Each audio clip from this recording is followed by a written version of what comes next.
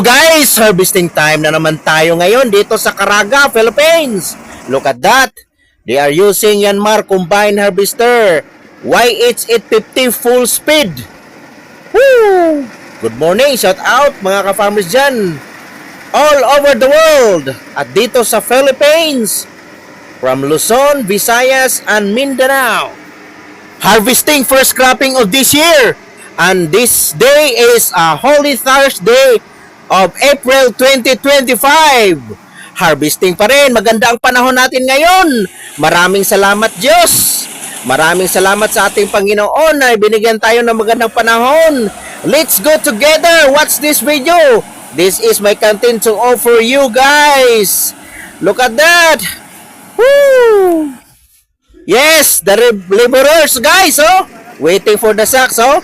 Malapit nang ihulog yan, oh. Ihulog na yung isang sako. Ay, hindi niya hinulog guys.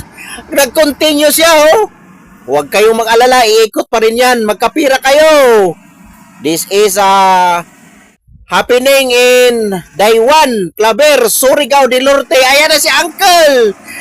Si Uncle. Magkapira na tayo ngayon, Uncle. Ay, si Uncle, oh. Ayan na yung harvester guys, oh. Malapit dito sa niyog. Distansya tayo. Ayan si Uncle. Ang gwapo ni Uncle. Oh, very nice harvester. Combine harvester high speed. Ang dami yung mga laborers, oh. Ang dami nila. Tingnan nyo. Ayan ang isa, oh. Magkapira na yung isa. Ayan din yung malaking katawan, oh. Si Sir. Oh. Binuhat na nila. Let's go together, guys. This is our life here in the Philippines. Shout out sa lahat ng mga operators dyan, Luzon, Visayas, and Mindanao. Keep watching this kind of video. Ayan na, oh. Grabe yung mga helper, oh. Ang daming mga tao. Gusto nilang magkapira talaga kasi mahina ang pira natin ngayon. Ang bigas, barato yung pa sa Bisaya. Mura yung bigas natin guys, oh. Ayan na si Uncle, oh. Waiting sa na mapuno yung sako.